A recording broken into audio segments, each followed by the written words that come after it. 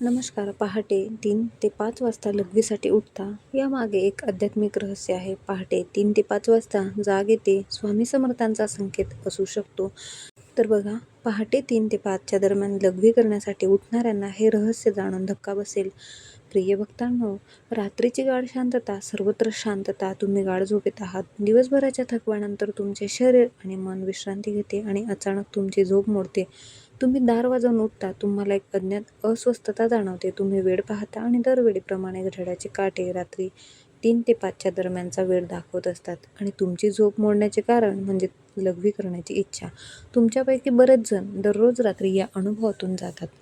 कदाचित तुम्ही एक सामान्य शारीरिक कार्य समजून दुर्लक्ष करता. तुम्हाला कदाचित वाटत असेल की तुम्ही रात्री खूप पाणी प्यायले असाल किंवा ते वाढत्या वयाचे लक्षण असू शकते. पण तुम्ही कधी क्षणभर थांबून विचार केला आहे का की तुमची झोप त्या विशिष्ट वेळी म्हणजे 3 ते 5 दरम्यानच का मोडते? रात्री 12 वाजता किंवा सकाळी 6 वाजता का होत नाही? आज आपण एक रहस्य उलगडणार आहोत, ज्यामुळे तुमचे होश हरपेल. ही काही सामान्य घटना नाही, तर ही विश्वाच्या दैवी शक्तीचा एक खोल आणि गूढ संकेत आहे, जो तुम्हाला थेट पाठवला जात आहे. हा एक कॉल आहे ज्याच्याकडे तुम्ही आतापर्यंत दुर्लक्ष करत आहात. तर श्वास रोखून ठेवा, कारण आज तुम्हाला कळेल की पहाटे 3 ते 5 दरम्यान लघवी करण्यासाठी उठणे एक आश्चर्यकारक रहस्य आहे, जे तुमचं जीवन बदलून टाकेल. जे तुमच्या नशिबाची, तुमच्या भविष्याची आणि तुमच्या आत्म्याची संबंधित इतके सत्य आहे की ते जाणून घेतल्यानंतर तुम्ही या घटनेला पुन्हा कधीही सामान्य मानू शकणार नाही.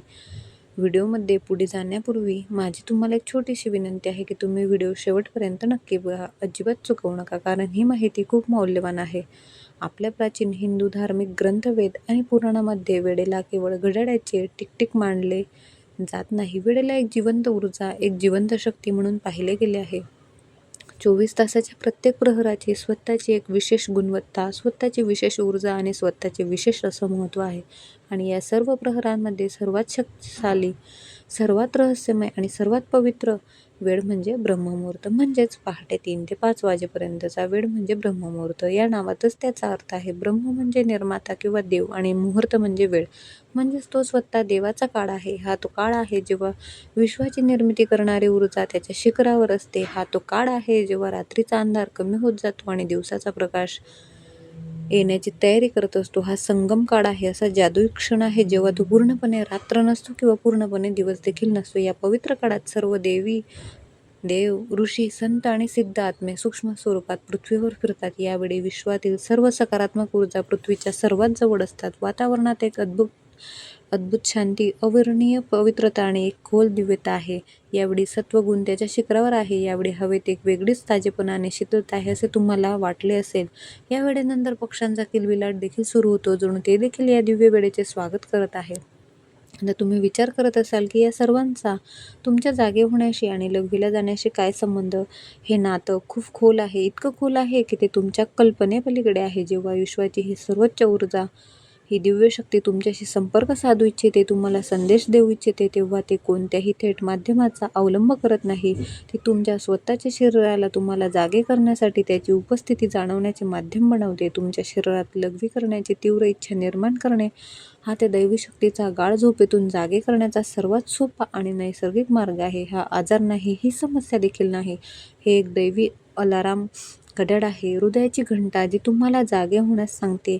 मी तुम्हाला काहीतरी सांगू इच्छिते. तुम्ही ज्याला फक्त एक शरीर गरज मानतात आणि शौचालयात जाऊन पुन्हा झोपी जातात, ती प्रत्यक्षात एक सुवर्ण संधी आहे, जी तुम्ही दररोज रात्री गमावत आहात.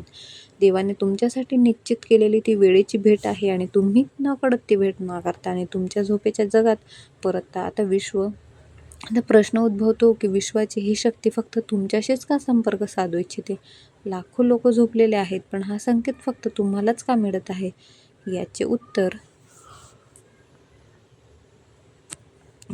तुमच्या आत्म्याच्या प्रवासात तुमच्या आत लपलेले आहे. पहिले आणि सर्वात मोठे कारण म्हणजे तुमचा आत्मा जागृत होण्याच्या मार्गावर आहे. या जन्माच्या किंवा मागच्या जन्माच्या तुमच्या पुण्यकर्माचे, तुमच्या साधना, तुमच्या प्रार्थना आता फळ देत आहे. तुमच्या जाणीवेची पातळी आता या टप्प्यावर पोहोचते आहे, जिथे दैवी शक्ती तुमच्याशी थेट संबंध स्थापित करू शकतात. तुम्ही त्या निवडक आत्म्यांपैकी एक आहात, ज्यांना विश्व त्याच्या पुढील प्रवासाची तयारी करत आहे. तुमचे असे जागे होणे एक पुरावे आहे की तुमच्या आत आध्यात्मिक ऊर्जेचा प्रवाह वाढत आहे. तुमचा आत्मा आता सांसारिक याच्यातून जागे होऊन देवाच्या जाणीवेत जागे होऊ इच्छितो आणि लघवी करण्यासाठी इच्छा ही फक्त एक निमित्त आहे. खरा उद्देश तुम्हाला त्या ब्रह्ममुहूर्तात जागे करणे आणि त्या वैश्विक ऊर्जेशी जोडणे आहे. दुसरे महत्त्वाचे कारण तुमच्या पूर्वजांशी संबंधित आहे. हिंदू धर्मात पूर्वजांना स्थान देवांच्या बरोबरीने मानले जाते. सूक्ष्म जगात राहूनही ते त्यांच्या कुटुंबाशी जोडलेले राहतात. ब्रह्ममुहूर्त असा काळ आहे जेव्हा स्थूल जग आणि सूक्ष्म जग यांच्यातील पडदा जो आहे तो पातळ होतो आणि याच वेळी आपले पूर्वज आपल्याशी सर्वात सहजपणे संपर्क साधू शकतात. जर तुम्ही नियमितपणे 3 ते 5च्या दरम्यान जागे होत असाल तर हे एक मोठे लक्षण आहे की तुमचे पूर्वज तुम्हाला काहीतरी सांगू इच्छित आहेत. हे शक्य आहे की त्यांना एखाद्या गोष्टीमुळे वेदना होत असते आणि त्यांच्या शांतीसाठी तुमच्याकडून प्रार्थना किंवा काही कृतीची अपेक्षा करत असतात. कदाचित ते तुम्हाला तुमच्या आयुष्यात येणाऱ्या एखाद्या मोठ्या आनंदाचे संकेत देत असतील किंवा ते तुम्हाला येणाऱ्या संकटांबद्दल इशारा देऊ इच्छित असतील किंवा कदाचित ते तुम्हाला त्यांचे प्रेम आणि आशीर्वाद देऊ इच्छित असतील. ते तुम्हाला फक्त हे सांगू इच्छित असतील की आम्ही तुमच्यासोबत आहोत. तुम्ही उठा आणि शौचालयाला जाता तेव्हा तुम्ही एकटे नसता. त्यावेळी ते तुमच्या सर्वात जवळ असतात. ते तुम्हाला पाहत असतात. दररोज रात्री असे जागे होणे हे तुमच्या आणि तुमच्या पूर्वजांमधील पूल म्हणून काम करत आहे. तिसरे रहस्यमय कारण तुमच्या इष्टदेवाशी संबंधित आहे. प्रत्येक व्यक्तीचा एक इष्टदेव असतो. एक देव किंवा देवीचे रूप ज्याच्याशी त्याचा आत्मा खोलवर जोडला असतो. कदाचित तुम्ही तुमच्या आयुष्याच्या धावपळीत तुमच्या जबाबदाऱ्यांमध्ये इतके अडकलेले असाल की तुम्ही तुमच्या इष्टदेवाला वेळ द्यायला आणि त्याची पूजा करायला विसरला असाल. ब्रह्ममुहूर्ताच्या वेळी तुम्ही अशा प्रकारे जागे होणे म्हणजे तुमच्या इष्टदेवाचा आवाज आहे. तो तुम्हाला आठवण करून देत आहे की मी तुमची वाट पाहत आहे. ही वेळ फक्त माझ्यासाठी आहे. माझ्याशी बोलायला या. तुमच्या मनाचे ओझे हलकी करा. ही अशी वेळ आहे जेव्हा तुमच्या प्रार्थना तुमच्या इष्टांपर्यंत थेट पोहोचतात. कोणत्याही अडथळ्याशिवाय या वेळी केलेली हाक दिवसभरात केलेल्या 100 यज्ञाइतके परिणाम देऊ शकते.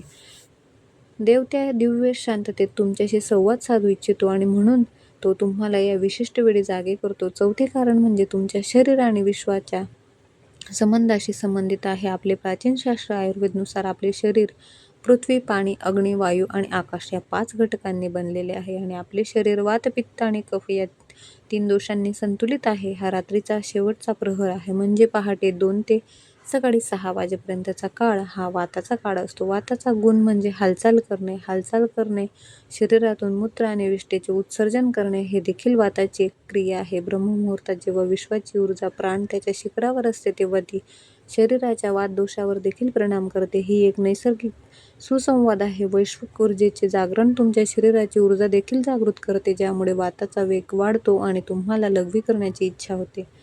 तर तुम्ही ज्याला फक्त एक शारीरिक क्रिया मानत आहात ती प्रत्यक्षात तुमचे शरीर वैश्विक घड्याळाशी संभ्रमित होत आहे. तुमचे शरीर तुम्हाला सांगत आहे की विश्वात बाहेर जे घडत आहे ते माझ्या आतही घडत आहे. हे स्थूल शरीर आणि सूक्ष्म विश्वाच्या एकात्मतेचा एक अद्भुत पुरावा आहे. तर आता सर्वात मोठा प्रश्न असा आहे की जर हे इतके मोठे लक्षण आहे तर आपण काय करावे? हा संधीचा फायदा कसा घ्यावा? पुढच्या वेळी जेव्हा तुम्ही पहाटे 3 ते 5च्या दरम्यान लघवी करण्यासाठी उठता तेव्हा ते ओझे किंवा समस्या समजू नका. ते सौभाग्य समजा. लाखोंपैकी फक्त एकालाच मिळणारे सौभाग्य. सर्वप्रथम जेव्हा तुम्ही जागे व्हाल तेव्हा तुमच्या मनात राग किंवा चिडचिड आणू नका. तर तुमच्या मनात असलेल्या अदृश्य शक्तींचे आभार माना. त्याने तुम्हाला या अमृत वेळेत जागे केले आहे. शांतपणे उठा आणि शौचालयात जा. परत आल्यावर लगेच झोपायला जाण्याचा प्रयत्न करू नका. ही चूक तुम्ही आतापर्यंत करत आलात. तुमचे हात, पाय, तोंड थंड पाण्याने धुवा. असं केल्याने तुमची उरलेली झोप देखील निघून जाईल आणि तुम्हाला ताजेतवाने वाटेल.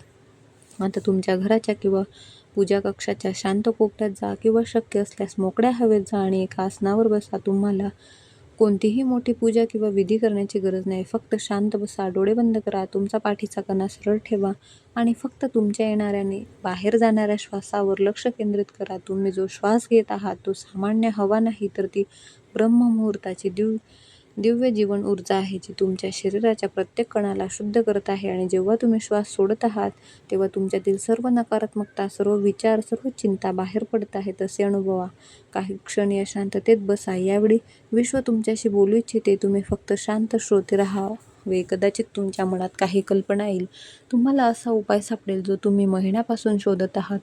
तुम्हाला कदाचित तुमच्या एखाद्या प्रिय व्यक्तीची आठवण येईल, ज्याला तुमच्या प्रेमाची आणि पाठिंब्याची गरज आहे. तुम्हाला तुमच्या आत एक अफाट शांती अनुभवता येईल. अशी शांती जी तुम्ही यापूर्वी कधीही अनुभवली नसेल.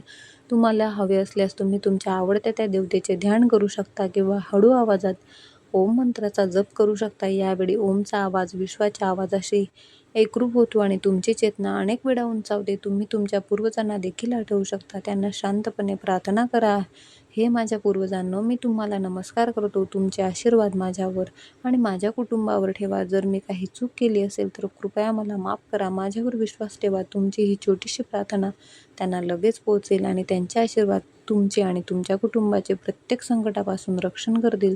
सुरुवातीला तुमचे मन भटकू शकते, तुम्हाला पुन्हा झोप येऊ शकते, पण हार मानू नका.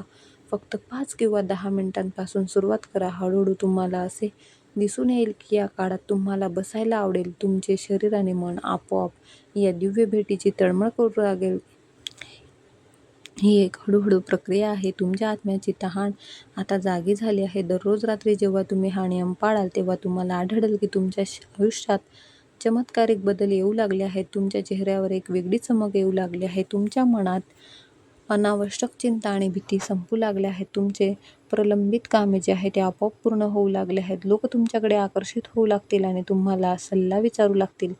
तुम्हाला भविष्यातील घटनांची पूर्वसूचना मिळू लागेल. ही अंधश्रद्धा नाही, हे ऊर्जेचे विज्ञान आहे. तुम्ही त्यावेळेचा चांगला उपयोग करायला शिकला आहात.